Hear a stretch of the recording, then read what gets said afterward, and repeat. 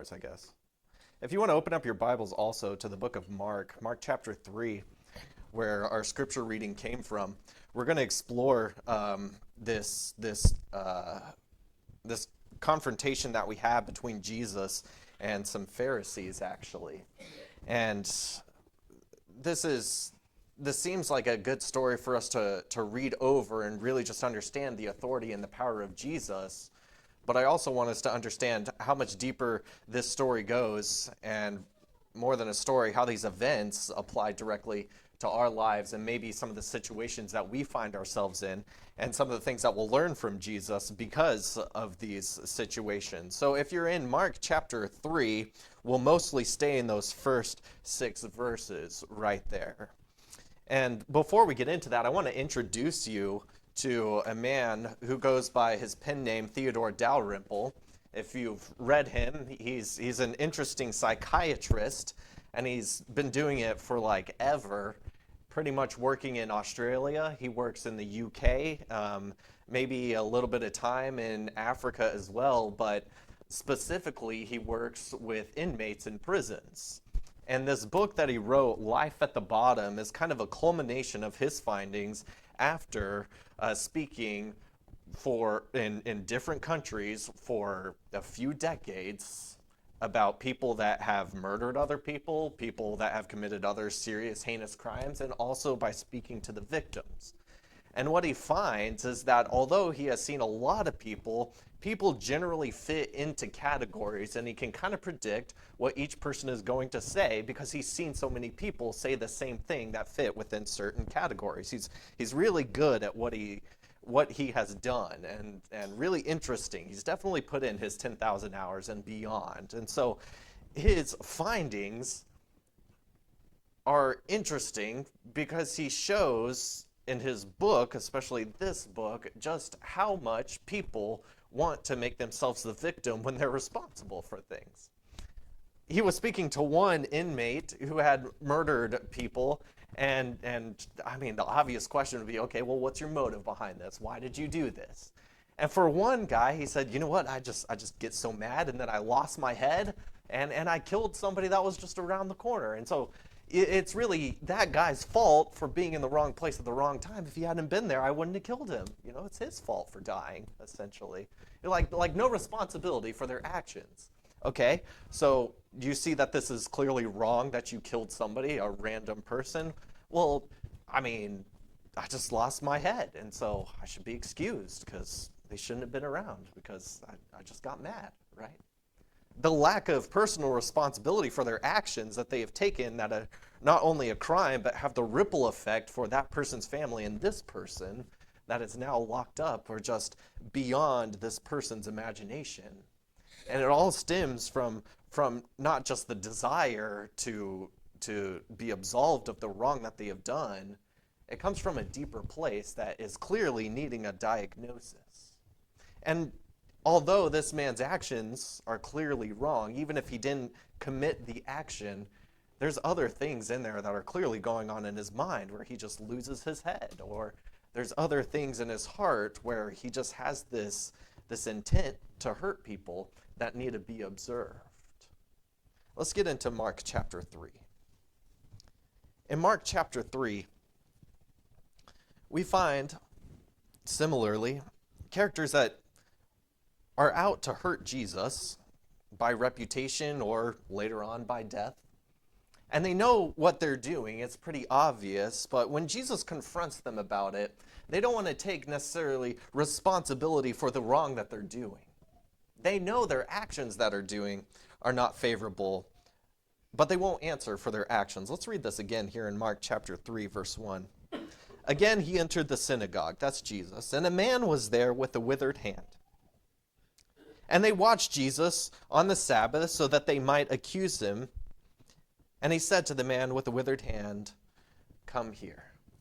They knew where Jesus was going to be, in the synagogue, as it starts out. Again, he entered the synagogue. You know where to find Jesus. They know what Jesus does. Jesus is a healer.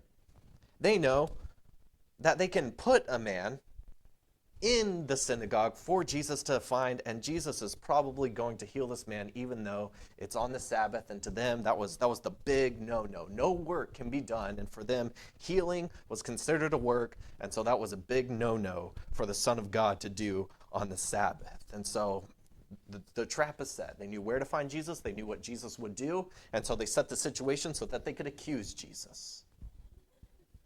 And so Jesus calls the man and says, "Come here."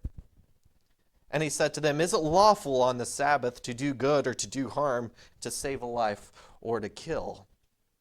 But they were silent. They know we're not gonna answer Jesus' question here. Jesus is being direct. Jesus knows when to be tactful so that people will go home and think about things, and Jesus knows when to be frank. Not Frank. Frank knows when to be frank, but Jesus knows when to be frank in words, and maybe sometimes Frank knows to be tactical. But Jesus knows to be both. And so Jesus is frank with these questions. Okay, I see the trap that you're setting. So, is it lawful to save a life or to kill on the Sabbath? Jesus is here to save the life. They're there to kill Jesus. Is it lawful to do harm or to do good on the Sabbath? They're there to do harm. Jesus is there to do good. Okay? The question is set. What's going on with you guys where you want to hurt me, but I want to do good? But they were silent. They're not going to answer for what they've done. And he looked around at them with anger, and he was grieved at their hardness of heart, and said to the man, "Stretch out your hand." And he stretched it out, and it was restored. And the Pharisees went out and immediately held counsel with the Herodians against him, how they might destroy him. You know, Jesus is knowing the intention of their heart, and they have set this trap, but they are relying on Jesus to do the healing so that they can do the accusing, so that they can plot against him. But if Jesus even came in and didn't heal this man that they were waiting for him to heal so that they could accuse him, if he didn't do it, they could even say Jesus was not able to do it. And so they could accuse him once again for not doing what they were hoping that he would do, and saying he doesn't have the ability. We were there. We were all witnesses, and so don't follow Jesus, because he wouldn't even heal a man that's been weary for so long, and he wouldn't give him rest on the Sabbath. Jesus kind of finds himself in a catch-22 where whatever Jesus does is not going to be the right thing, right? But Jesus knows the right thing to do. And not only is Jesus going to do the right thing, he's also going to make a lesson out of it by speaking to those that really need the healing and say, okay, well, what's going on with you? And so Jesus gives them the question directly. You're doing this, and there's got to be a reason for that. And then after that, Jesus will do the godly actions in healing the man and showing, I can heal the hand, but I really want to heal the heart also. And for them, that was the wrong answer. Any answer was going to be the wrong answer. You ever find yourself in a situation where you are set up to only give wrong answers? You ever found yourself in a situation where people are challenging your faith in God, in Jesus, and no matter how you answer, even though they have set it up, it's going to be the wrong answer? You ever found yourself in a situation where people have actually brought you into the situation to challenge your faith because they want to hurt you? And it doesn't really matter what you do. To them, it's going to be the wrong answer. But here's what Jesus is going to show you. Even when you're in a catch-22, you still go for the right answer. You still give the bold, faithful answer. You still give the godly actions that go along with it. You still show the gentle attitude and the humble spirit to follow God, even when people are trying to provoke you to abandon that. You find yourself in a faith-challenging situation that people have put you in. That doesn't excuse you. It doesn't excuse you from acting godly. It doesn't excuse you from speaking boldly. It should empower you to show how dedicated you are to do what's right. The catch-22 is really, am I going to glorify God or am I going to glorify man? Jesus chooses to heal the hand, which really is no big deal for the God that made the hand. But what Jesus really wants to do is really heal the heart of the people that are all around him. The hand is the easy part. In fact, what Jesus does in healing the hand is he addresses a man that is obviously not able to hide who he is, right? The hand is the easy part. The heart can be hidden. The hand is attached to a man that knows, I have the withered hand. And is easily identifiable. The Pharisees were able to find this man that has a deformity on this hand and say, okay, you come sit here and we're going to bring Jesus in. It's obvious, it's exposed. And the man that is attached to that hand is not denying that he has the problem. It's out there, and it's probably affected his work for a long time. It's probably affected a lot of things about him. If he can even find work, he might be the last pick or the lower paid because of his hand right there. And who knows how it got that way, if it was in an accident and got crushed somehow, or if he was born with it withered, or maybe he was bitten by a viper or something and it shriveled up, or however it is, it can't be hidden, and it's exposed for everybody to see. And so Jesus is easily going to heal the thing that is exposed, and the man is there to be healed, essentially. That's the easy part. In fact, it almost takes no touching for Jesus to do this. He tells the man, come here, speaks to the man, just tells him to stretch it out, and it's restored. It's the heart that's difficult because the heart is not open like a withered hand. It's not exposed like that. The heart is hidden behind a bunch of layers. The heart has a lot of callus behind it. The heart is attached to a body that can run away and avoid contact with Jesus when Jesus starts asking hard and bold questions. The heart doesn't have to be as willing as a stretched out hand that says, look at me and I'm broken. The heart can be hidden, and so the hand is easy for Jesus to heal, but the heart that is not willingly being exposed to Jesus is what grieves him. In verse 5, he looked around at them with anger, and he was grieved at their hardness of heart. And he says, let me show you what I could do to that heart. But they're not going to have it. Jeremiah 17:9, the heart is deceitful above all things and desperately sick, and who can understand it? I don't even think the Pharisees fully understand the hardness of their own heart. I think it's been hard for so long and has become more hard as the time with Jesus being in their community goes on. But although the heart is so, it's in such a deficit, you look at the next verse in Jeremiah 17:10, I, the Lord, search the heart and test the mind to give every man according to his ways, according to the fruits of his deeds. And Jesus can see it. You can't hide your heart from Jesus as much as we try to hide our own hearts from Jesus, as much as they are trying to run their hearts away from Jesus, as Jesus is trying to penetrate their hearts, penetrate it for change. And then there's this man, once again, with the withered hand that can recognize his brokenness and is therefore led to Jesus to be restored. You know, sometimes it seems that the physical ailments take priority of the spiritual deficits, like all over the world, right? I mean, there's even a perception on the church that the church's responsibility is humanitarian aid, right? Like the priority is to feed people, the priority is to go overseas and paint houses and everything like that. When really the priority of Jesus, as he shows, is I can take care of the physical things, but what I'm really wanting to do is change hearts. I want to get the good news of salvation for eternal life out there.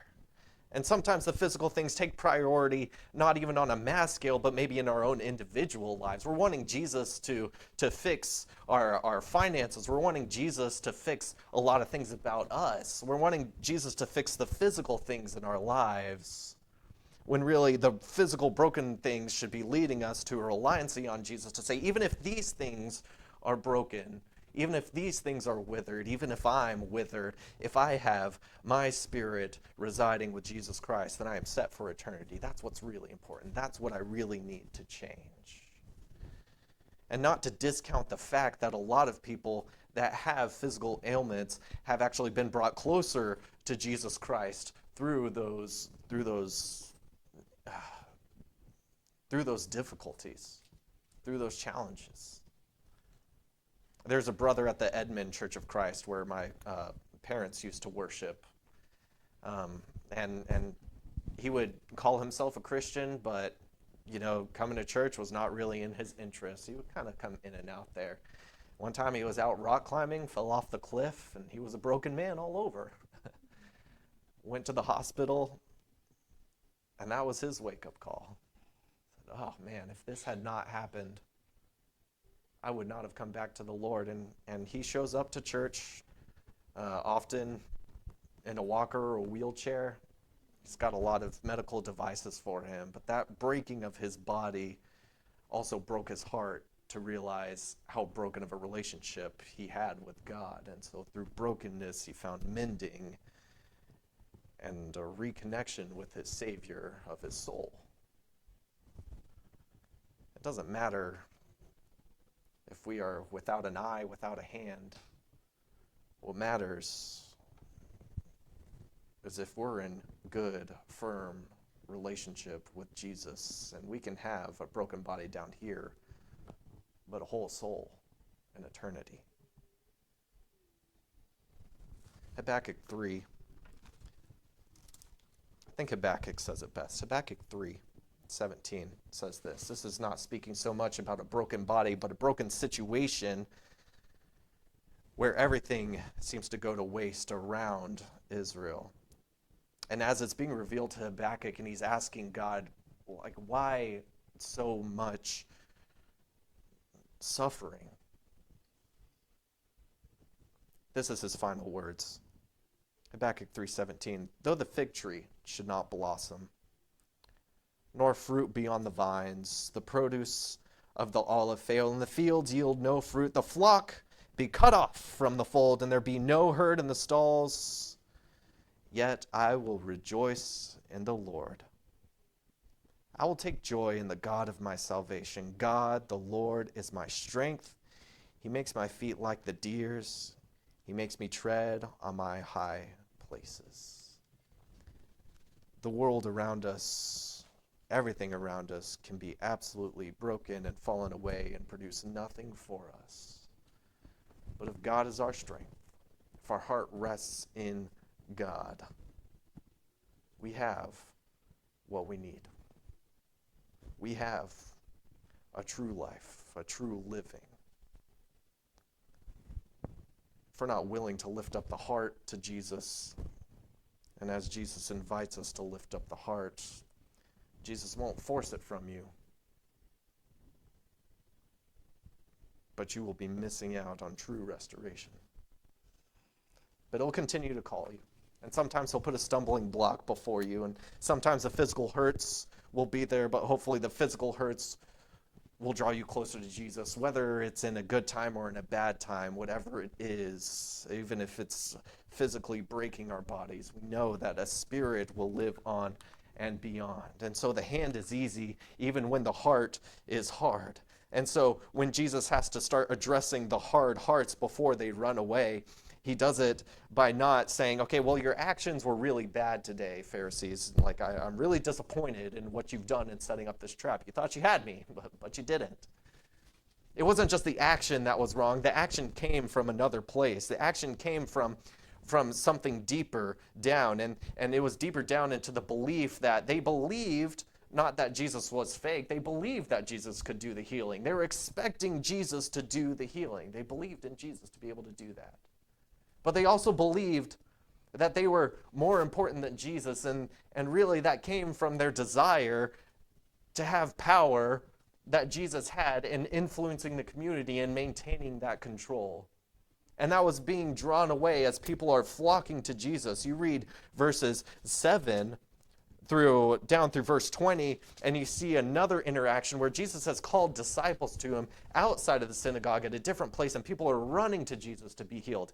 And Jesus collects people, and then he names the 12 apostles, and then you get into another interaction where the scribes are saying, well, if he could do this, he must have a demon. That must be what it is. You see, the problem goes beyond the actions. It goes beyond the belief that Jesus is real and can do what he can do. It goes down deep into their heart where they want to be greater than Jesus by influence. And so they continue to make this narrative. They continue to make this lie that Jesus must be wrong, so wrong that he must be possessed by a demon or something. Verse 6 of Mark chapter 3 says, they feed this narrative to each other. The Pharisees went out immediately and held counsel with the Herodians against him, how they might destroy him. And so it wasn't just the action that was wrong. It wasn't just the belief and the values and the goals that were wrong, which they were. It wasn't just their emotions that were wrong, the way that they're coping with Jesus confronting them, that's wrong, being a part of their community. It's actually down to the experiences, the narrative, the lies that they're telling each other and circulating each other that lead up the chain of this table that show the real problems are being revealed just through their actions right there. I got this chart from Brandon Kelly, a great preacher, a great educator of preachers. Lives in a different state. But in the same way that this table is applying to the problem of the Pharisees, that their actions are coming from a deeper place of their sin, is the same way that if we're struggling with sin and we're realizing that our heart is often trying to do avoidance rather than take responsibility, it's not just going to come through in our actions, it's deeper than that. The actions come from somewhere. We might we might lose our head. Like in the book, we might just lash out at people in anger, and that's going to be the action that might be problematic, but that comes from the belief and the value and the goals that's below that. And maybe the belief is, well, it's everybody else's fault that I'm losing my mind, and so really it's them that's the problem. Everybody else is the problem, and it's not me. Or maybe to the contrary, you might believe that it's wrong to be angry with no reason at your brother, which produces actions of violence. But if you can believe these two things, then you really have to start understanding the layer below that. Why do I get angry, and when do I get angry, and why is coping with anger turning into lashing out at people? Why does that happen to me? And even below that, where did I learn this? Who told me that this was the way that I was supposed to act? Why do I believe this is the way that this is supposed to act that leads to the actions above? You could apply this in any way. Compulsive liar, lying is the action. Why? Is lying a coping mechanism for avoiding the truth because you've done something wrong? You've been told it's okay to lie if it benefits you. That seems to be an accepted theory in our society today. You see, it's difficult to go through these when we're working on our own and trying to give ourselves self-help.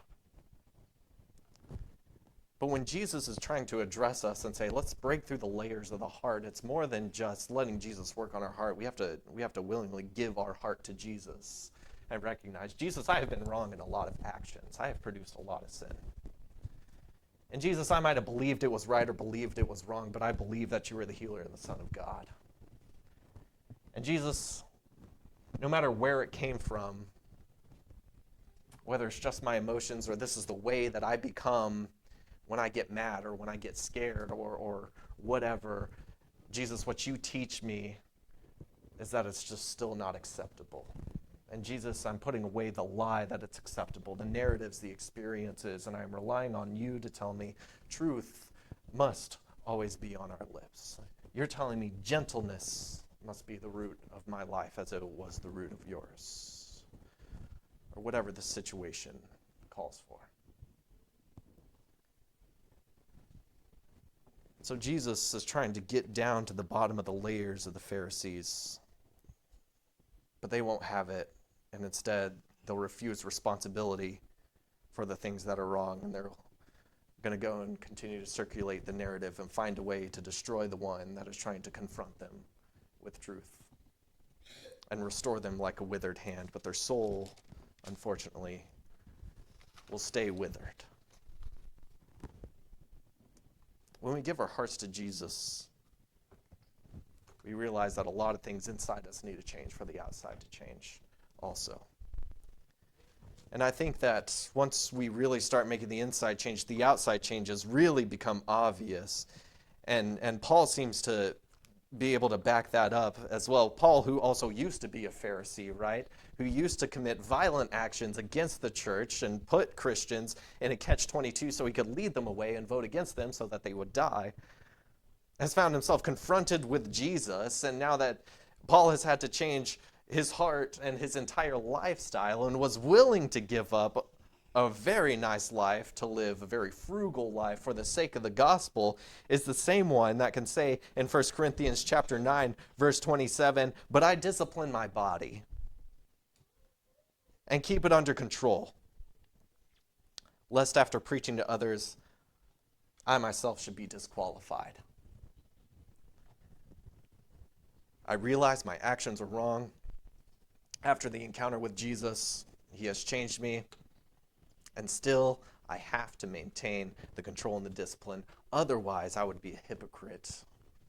The changes wouldn't show. Otherwise, what I speak about Jesus of being the changer of hearts and of minds and of souls will not be revealed through me in gentleness, in bold answers, and standing up for the truth." And so as Jesus changes our hearts, our actions will change. And with our hearts belonging to Jesus Christ, we develop self-discipline with a deeper understanding of, I just don't do it not because it's wrong. I do it because I love my Lord.